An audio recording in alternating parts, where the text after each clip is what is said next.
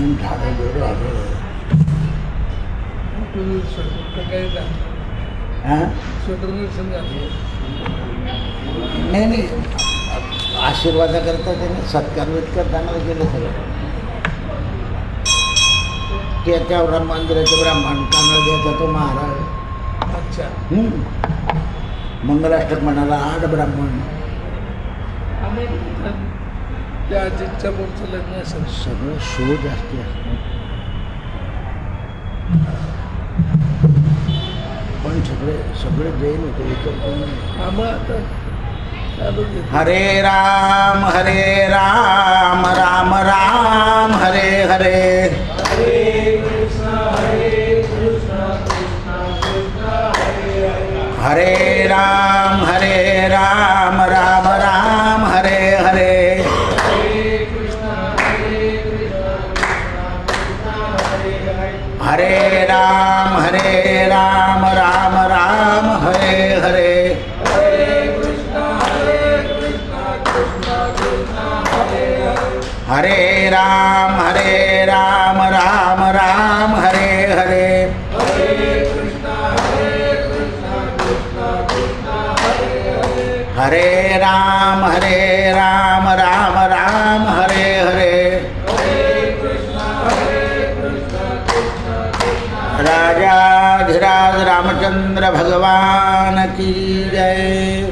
श्री राम जय राम जय जय राम. श्री राम जय राम जय जय राम. श्री राम जय जय राम. श्री राम जय जय राम. श्री राम जय जय राम. श्री राम जय जय राम.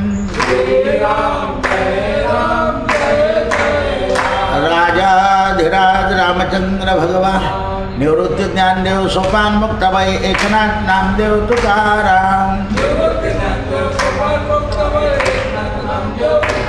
नमः पार्वती पतये हर हर महादेव. सीताकांत स्मरण जय जय राम. जय जय रघुवीर. पुरुषार्थ केल्यावर सुद्धा मनुष्याच्या दैवानुसार फल मिळतं.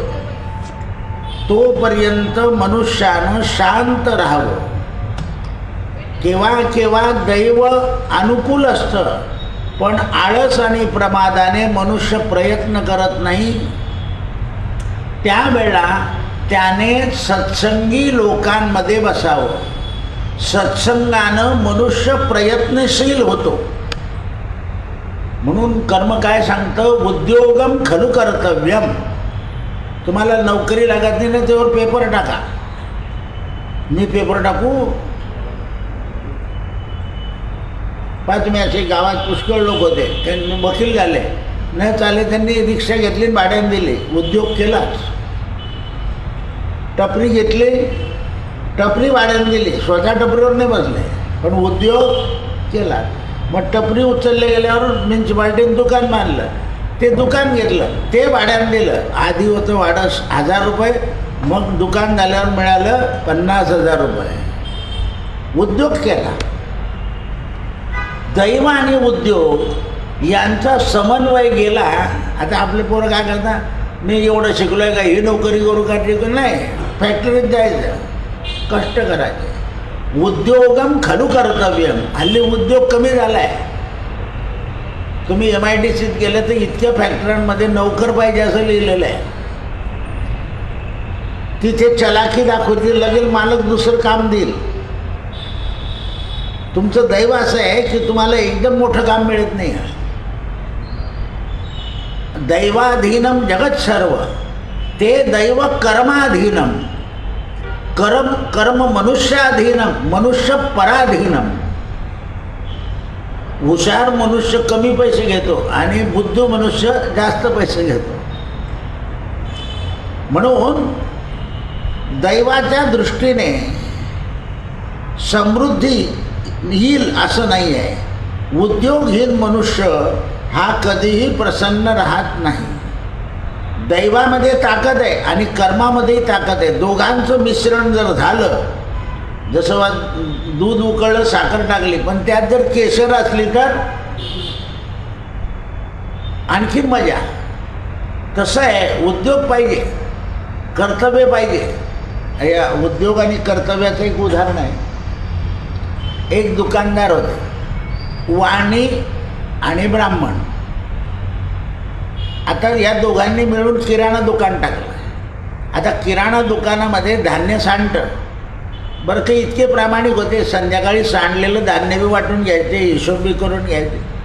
आता एवढं धान्य मिळालं की याच्या घरी अर्ध आणि त्याच्या घरी अर्ध. ब्राह्मणाची बाई हुशार होती. बाई घरातली हुशार असली तरच उपयोग आहे. ती काय करायची, जेवण बिवण झालं की ते उरलेलं धान्य, तुरीची डाळ इकडे, ज्वारी इकडे तिकडे, त्या दोघंही नवरा बायको होते, त्यांच्यापुरतं रोज तुरीची डाळ बी निघून जाय, तांदूळ बी निघून जाय, गहू बी निघून जाय.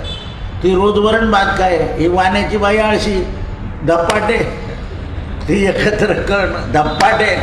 संध्याकाळी ठेव धप्पाटे, तो माणूस ठेव त्याला धप्पाटे. अशी भवानी असली तर काय खरं आहे. अशी भवानी. मुळ्याचा पाला आधी करायचा, मुळा नंतर खायचा, कारण तो सुकून जाईल ना. हे डोकं पाहिजे बाईला, वाळून गेला दे फेकून. अशी तुळजापूरची असो का कोल्हापूरची असो का माहूरची असो, काय होणार आहे. लक्ष पाहिजे कोणता आधी करायचं. भाजी घेतल्यावर आठवड्याची आणली जाते आणि पालेभाजी उशिरा केली जाते आणि बटाटे भोपळा खाल्ला जातो, ती भाजी अर्धी वाया जाते. मॅनेजमेंट शिकलेल्या बायासुद्धा असं करतात. लिंबू आणले ना, म्हणजे नरम आहे ते आधी वापरून घे आणि कडक राहू दे. नाही न कडक वापरते, नरम फेकून देते. बरं, भांडायला बी लावत नाही ना मग. हे कडक, यालाच म्हणतात उद्योगम खलु कर्तव्यम. ही रोज वरण भात काय आणि हे धपाटे. संध्याकाळी काय करायचं, धपाटे का. शेवटी नवऱ्याने धपाटे दिले. तर कळालं पाहिजे सगळंच प्रारब्धावर अवलंबून नाही आणि सगळंच प्रयत्नावर अवलंबून नाही. प्रयत्न आणि प्रारब्ध. बऱ्याच लोकांच्या प्रारब्धानं मिळतं पण वाया जातं. इतके हुशार आहे पोरी, वर्णामध्ये जास्त म्हणजे उरलं की पाणी टाकून देते. आई पाणी आहे फेक. आई आळशी म्हणून काढताना म्हाताऱ्या माणसाने काढावं. तर हे कालवा खाली करताना टाकून देता कधी नव्हे. ते सांगा मी काढते सगळं आणि संध्याकाळी हेच गरम कर, तरच संसार व्हायचा आहे. नाही तर संसार नाही व्हायचा. थांब लक्ष्मी कुंकू लावते, थांब किती बी कुंकू. हे काही शुक्रवार कर का बुधवार कर का आडवे कर का उभे कर, कर्तव्य. हे नॉलेज आई देत नाही ना, नुसती पाठवून देते जाय. आईने दिलं पाहिजे, करून घेतलं पाहिजे मुलांकडून.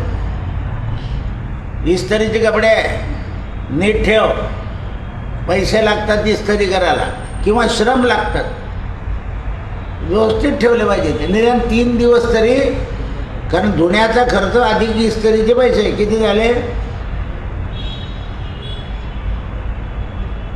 हे मॅनेजमेंट आहे. विनाकारण खर्च आहे तो. दुसऱ्याच दिवशी फेकले तर 75 पैसे शर्टाचे आणि 75 पैसे पॅन्टचे. का जास्ती आहे. 20 रुपये ड्रेस आहे. मग किती जाता. 20 रुपये होता असं आहे ते. आता आम्हाला काही इस्त्री नाही म्हणून कळत नाही.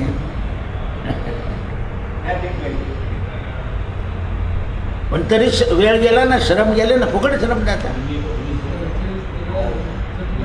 धर्मराजानं प्रश्न विचारलाय आता, महाराज आता शुभ कर्माचे फळं सांगा. माणसाने जर शुभ कर्म केलं तर त्याला काय फळं मिळतात. ऐकण्यास मी आत्ताच सांगितलं की प्रवचन ऐकण्यासारखं आहे. भीष्म पिता म्हणाले, धर्मराजा तू जे विचारलं ते ऋषींना लोकांनी विचारलं होतं, ते रहस्य तुला सांगतो. मनुष्याने असलेल्या संपत्तीचा दुरुपयोग केला तर पुढच्या जन्मी त्याची दुर्गती आहे, एवढं लक्षात ठेव. संपत्तीचा आणि संततीचा सदुपयोग केला पाहिजे. आता संततीचा सदुपयोग म्हणजे काय? तर संततीला नेहमी परोपकार शिकवला. काकूचं काम करू नको असं नाही शिकवायचं. नाही रे, तुला वेळ आहे ना, काकूचं काम करून दे. वेळ नसेल तर करू नको, पण वेळ असेल तर काकूचं काम करून. पण काकू अशी नको, आपल्या पोराला नाही सांगायचं, पुतण्याला सांगायचं अशी नको व ढाळ. काही बायांना सवय राहते, अशांचंच काम करायचं की जे सत्य धर्माने वागतात. नाही तर आपला वेळ जातो आणि त्यांचे पोरं पत्ते खेळतात. हे लक्षात पाहिजे. कर्म आणि धर्म समजलं पाहिजे. आपल्याला समजत नाही. आपल्या दोन पोरापैकी दोघांकडून काम करून घेतलं पाहिजे. एकच करतो आणि दुसरा नुसता हऱ्या जिंदाबाद. हे लक्षात आलं पाहिजे. घरामध्ये सुद्धा सकाळचं संध्याकाळचं, सकाळचं 2 जण वाटून घ्या. कारण कर्माची सवय राहिली पाहिजे. कर्माने शरीर बलवान होतं आणि अकर्माने शरीर जड होतं.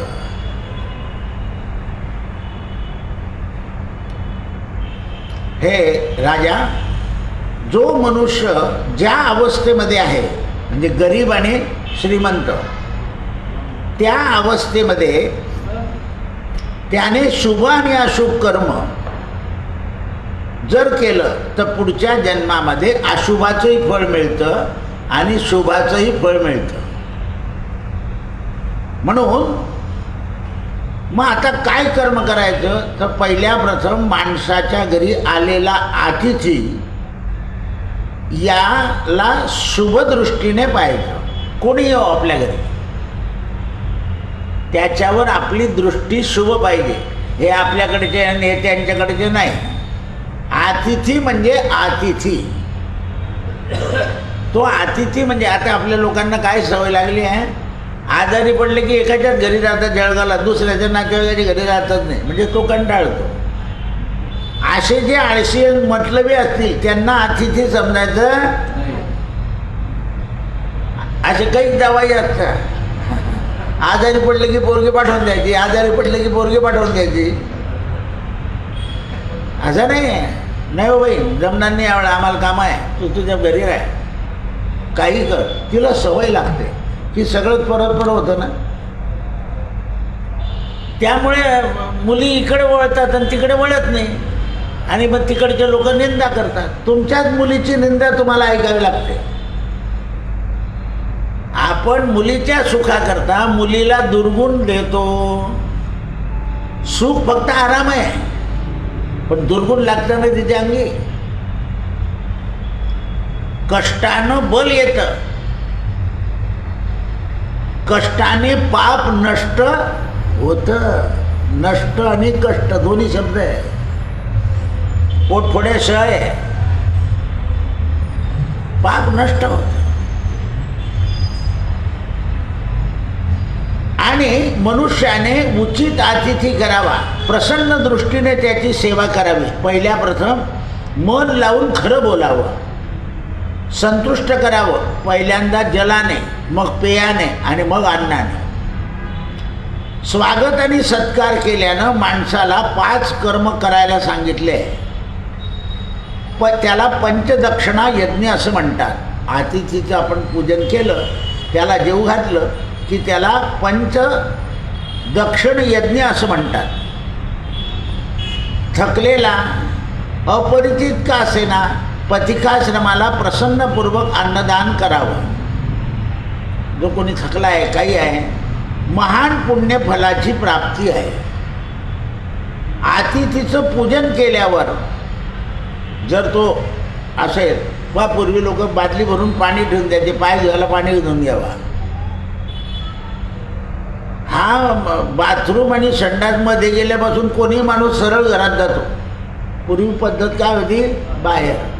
म्हणजे दृष्ट शक्ती बाहेर जायची. परवा आमचा ऋषिकेश नाशिकला लग्नाला गेला होता. तो गुरुजी आता हा त्याला काही माहीत नाही की याला काही येतं. हल्ली ब्राह्मण लोक काही करत नाही असं तो थापा मारायचा. बिना काष्टाने पूजा सांगतात, धोतर नेसत नाही. आणि तो आणि हा जेवायला बसला तर तो चप्पल घालून जेवत होता. तो लगेच बोलला म्हणे का हो याच्यात काष्टापेक्षा तर चप्पल घालून जेवणं वाईट आहे म्हणे सगळं. त्याला तिथंच उतरलं. हे असं नाही करायचं. जरी लोक जेवत असले तरी आपण आपली चप्पल काढून ठेवून जेवायचं. जिथे चप्पलाच्या मर्यादा काढायला दिल्या तिथेच चप्पल काढली पाहिजे. असं नाही झालं. म्हणून जो अपरिचित अतिथी असेल त्याला बाहेरच ठेवायचं. त्याला घरचा जास्त परिचय द्यायचा. आदरातिथ्य पाणी जय गोपाल. आपण काय करतो, सगळी माझ्या घरी सगळेच येत राहतात, मी सगळ्यांचं रिकामी बडबड करायची. पहा ग्रंथ काय शिकवतात. तो जर दृष्ट असेल तर तुमच्या सगळ्या कथेचा दुरुपयोग करेल. महिन्या 2 महिन्याने टेकूनच देईल तो. ज्या घरी जास्त सोय होते तिथे लोक जास्त जातात. तसं करू. जिथे जास्त सोय होतील तिथे प्रसंगालाच जावं, म्हणजे दुसऱ्याला कंटाळा यायला नको. म्हणून पोरीचं सुद्धा तितकंच करावं की तिला सवय लागू नये म्हणून. पण आपण काय करतो,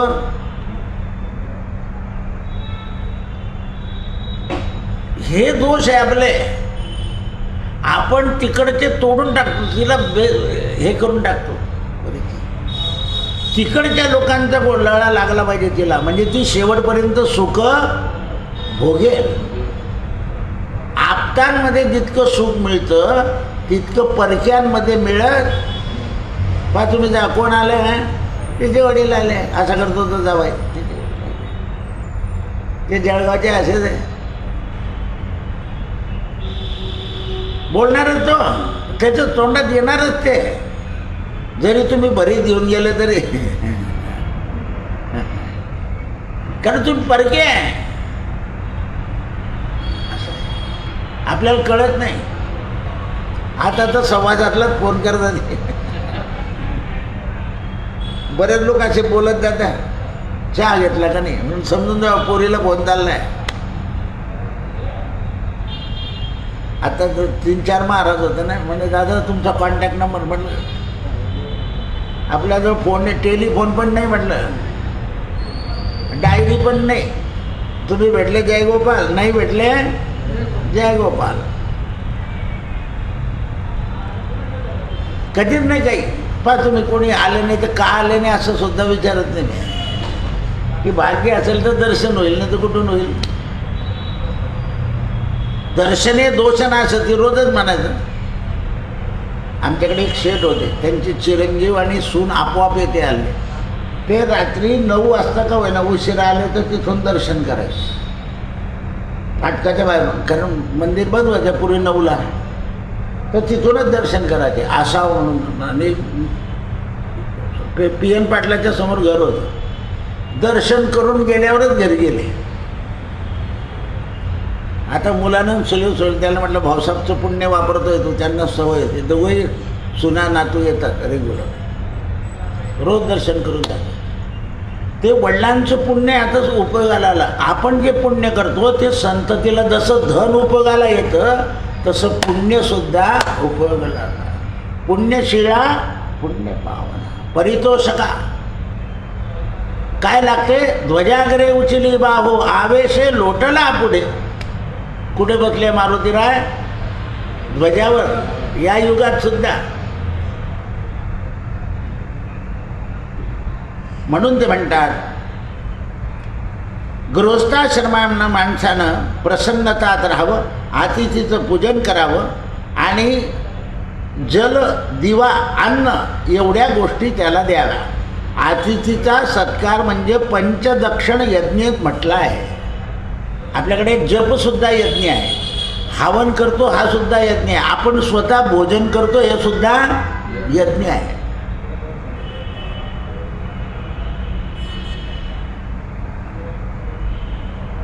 हरिर्दाता हरिर्भोक्ता हरिरन्न प्रजापती हरिर्विप्र शरीरस्तु भुंक्ते भोजयते हरी.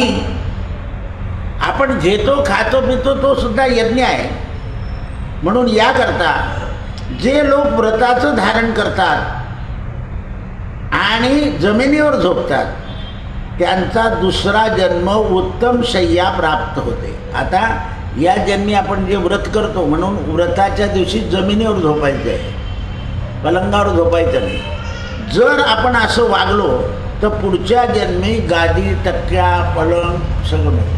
बऱ्याच लोकांच्या घरी पलंग आहे गादी आहे पण डॉक्टर म्हणतो जमिनीवर झोपा, ते मागच्या जन्माचं वाईट पडतं. असलेल्या वस्तूसुद्धा वापरता येत नाही. सगळं आहे समोर पण खाता येत, खायची भीती, खाल्लं तर कसं होईल. मागच्या जन्माचं पाप आहे ते. आहे सगळं घरी.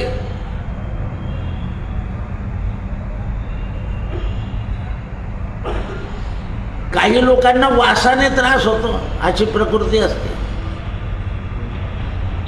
आंबट वास आला की त्रास, तेलकट वास आला की त्रास. कावळे गुरुजी श्वासाच्या माणसाला अति तेलकटाचा वास चालत नाही, आंबटाचा चालत नाही. म्हणून ज्याने वस्त्र कमी वापरले त्याला पुढच्या जन्मात महावस्त्र आणि आभूषणं मिळतात. कारण कमी वस्त्र वापरणे हे सुद्धा तपश्चर्या आहे. वस्त्राचा दुरुपयोग करायला आपल्या शास्त्राने असं सांगितलंय, फाटलेलं वस्त्र एकदा तरी शिवावं, घालावं आणि मग टाकावं, नाही तर ते वस्त्र श्राप. इतकं सांगतं शास्त्र.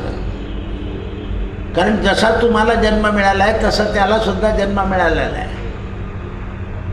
काही लोकांना वस्त्र नीटनेटकेची ठेवायची सवय असते, काही लोकांना कसे फेकतात, ते टांगतं इकडे आणि पाहता तिकडे लगेच खाली. बऱ्याच स्त्रिया कपड्यांच्या घड्या करून व्यवस्थित ठेवतात, परत दुसरं काढतात. त्यामुळे एकच साडी 12-13 दिवस वापरून घेतात ते बाहेर जायला. आणि काहींनी काढली की अशी गुंडाळ देते. पायानं रुमाल उचलता अंग पुसाचा, तोंड पुसाच्या रुमालाला तळ पाय पुसून टाकता.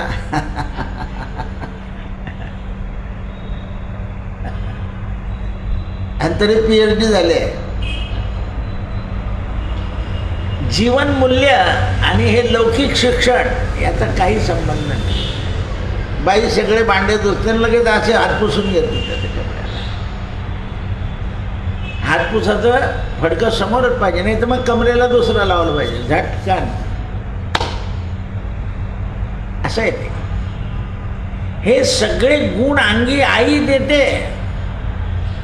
आता आई ती काय देते, दूषित फक्त पैसे कमवून नोकरी लाग आणि त्या सासूचे हाल कर.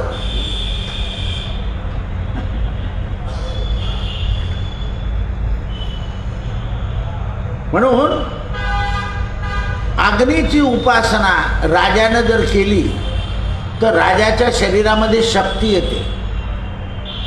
आणि अग्नीची उपासना संसारी माणसाने केला तर त्याला व्याधी कमी होते. झाडाला पाणी घातलं तर पुढच्या जन्मात त्याच्या विहिरीला पाणी भरपूर लागतं. पहा तुम्ही, एकच प्लॉट असतो, हा इकडे लावतो हा इकडे लावतो, याला पाणी बंद करावं लागतं सारखं. याची दुसऱ्याला देतो तो घेऊन जा बारल्यावर. मग ते म्हणता देऊ नका ना, कुठून जाईल तो म्हणतो कुठून द्या, दुसरीकडे करू. यांचंच खुट्ट. कारण पाणी जेवढं दान दिलं जाईल तेवढं मिळत असतं. म्हणून वेडे का लोक जलदान पानपोया लावतात.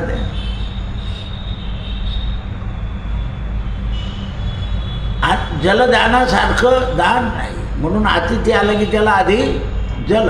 कारण जल हे नारायणाचं स्वरूप आहे. त्याच्या पोटात गुण गेला नारायण. जलाने मनुष्य शांत होऊन जातो.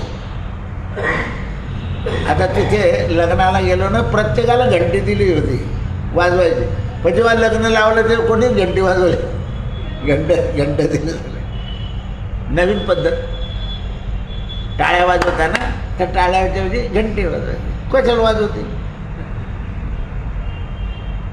पाण्याच्या बाटल्या प्यायले फेकून दिले. म्हणून ते म्हणतात की मनोवांछित प्राप्त होते. क्षत्रिय हा जर रणभूमीमध्ये गेला, वीरशय्येवर गेला, तर त्याला स्वर्ग अक्षय प्राप्त होते. म्हणजे तिथे मरण. बरेच सैनिक आहे ना, परत आल्यावर जेव्हा आजारी पडतात तेव्हा ते म्हणतात झालं तिथे मरून गेलो असतं तर बरं झालं असतं. कारण तिथलं जे शौर्य आहे त्यांच्या डोक्यात असतं शेवटपर्यंत ते. कारण दुसरं काहीच नाही, सगळं रण मोकळं असतं. फक्त आला की मारायचा, नाही तर मारायचं, बस दोनच गोष्टी आहे. मारायचं नाही तर मारायचं. त्या योग्यने प्रत्येक पोलिसाला बुलेट प्रूफ दिले. आता प्रत्येक पोलिसाच्या घटना ते गुन्हेगार गोळा करताना तर जखमीसुद्धा होत नाही. आता झाला तर पोलीस खाली जखमी होतोय, पण तो म्हणजे त्याला घालाशिवाय राहूच नका. बरोबर आहे ना, असे चाहते पाहिजे. म्हणून दानाने धन मिळत जातं. मौन व्रताने मनुष्याची वाक्शक्ती जास्त होते. जेवढं कमी बोला तेवढी वाचा सिद्धी येते. आताच मला कोणीतरी विचारलं, सगळे लोक म्हणे पैशाचाच हिशोब सांगतात. म्हटलं जग सगळं पैशाचंच आहे, फक्त कोणी असं सांगत नाही की मी चोरले.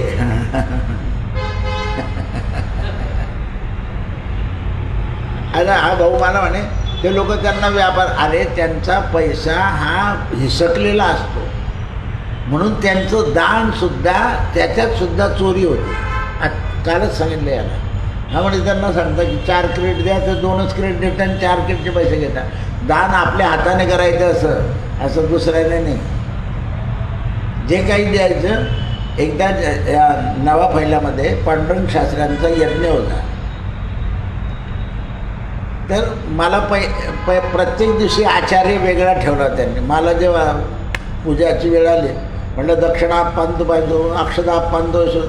म्हटलं महाराज पाकिट काढून पैसे ठेवायचे, कागद द्यायचं नाही ब्राह्मणाच्या हातात, रद्दी म्हटले.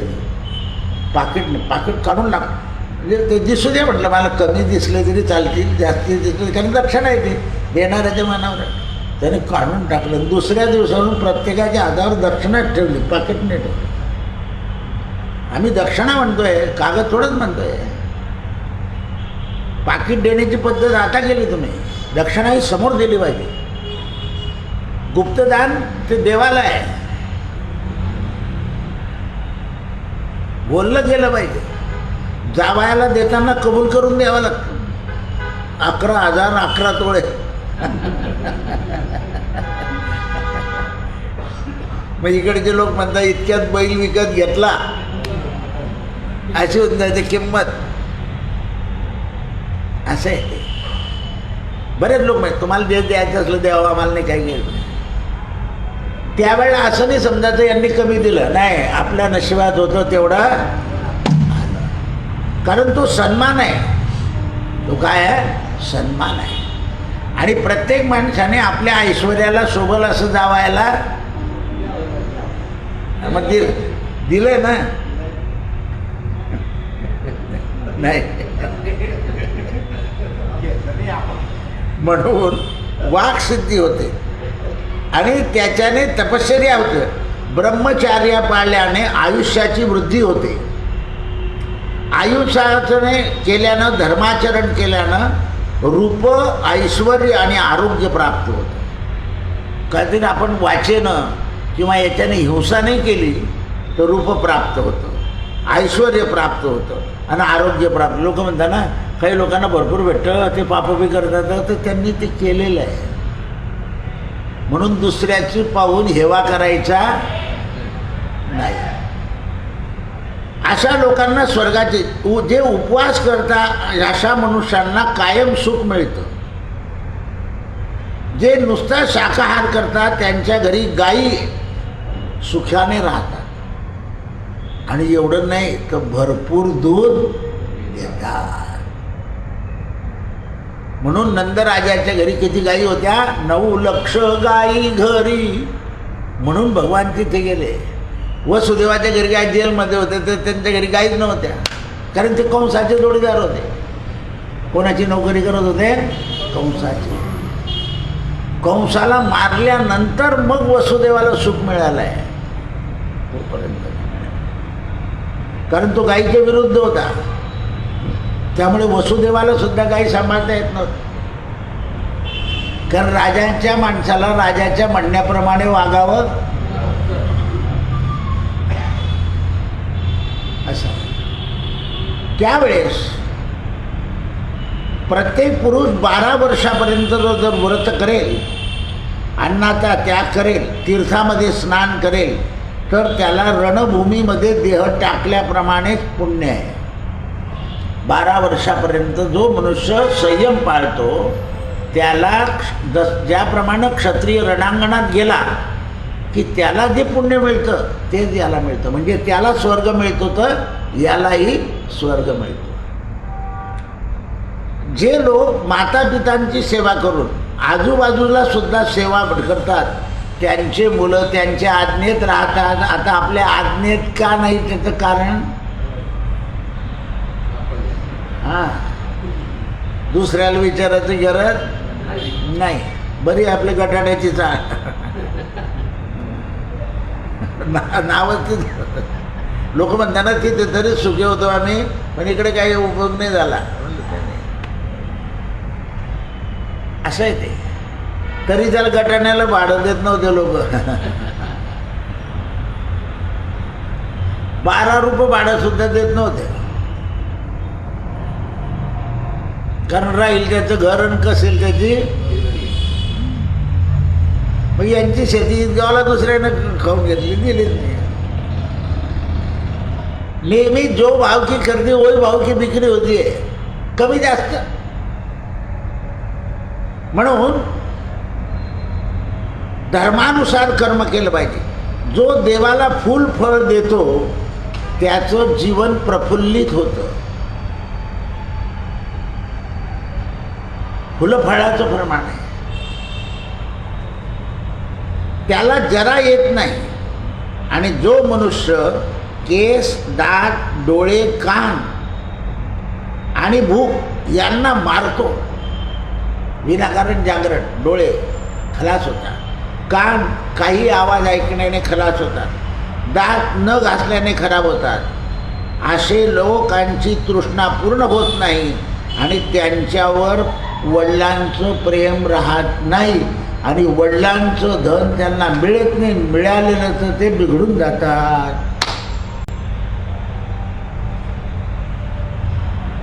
ह्या गोष्टी आहे. म्हणून ज्याच्यावर माता संतुष्ट आहे त्याच्यावर पृथ्वी संतुष्ट राहील. माता पृथ्वी म्हणजे काय? तुम्ही जो कमी पैशात भाव घेतला असेल तो चौपटने जाईल. आणि काही लोकांचा कोणी टपडी टाकून येणं उठणारच नाही, त्याला पैसे द्यावे लागतील. आईच्या संतुष्टपणानं, मग का आई जर मुलाला आई संतुष्ट करायची असेल तर सुनेनं सुद्धा कोणाला संतुष्ट केलं पाहिजे? मग केलं होतं का? असं आहे, असं आहे ते. नाही तर मुलाने केलं आणि सुनेनं रोजच त्रास दिला तर कसं काय होईल घर? म्हणून ते म्हणतात मातेला संतुष्ट केलं तर पृथ्वीची पूजा केली जाते आणि त्या पृथ्वीचं फळ असं आहे की घर संतुष्ट राहतं. आणि यांचा अनादर केल्यावर संतती मात्र दृष्ट उत्पन्न होते.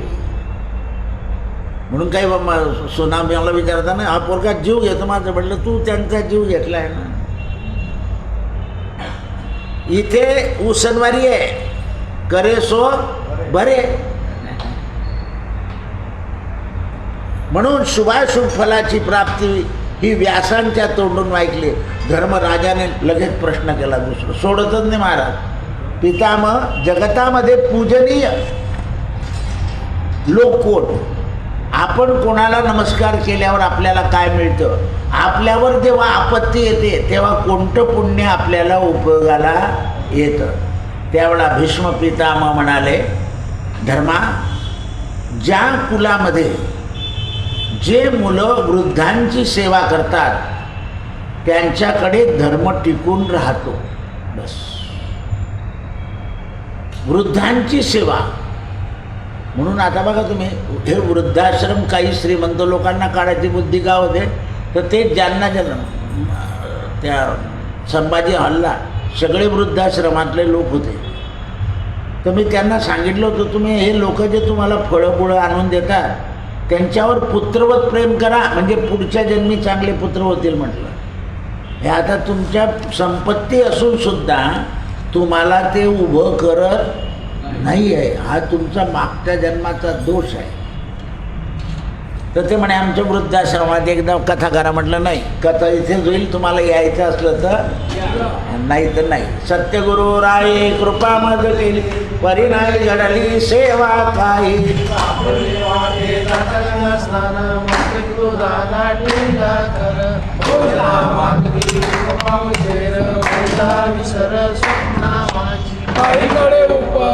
अंतराय म्हणून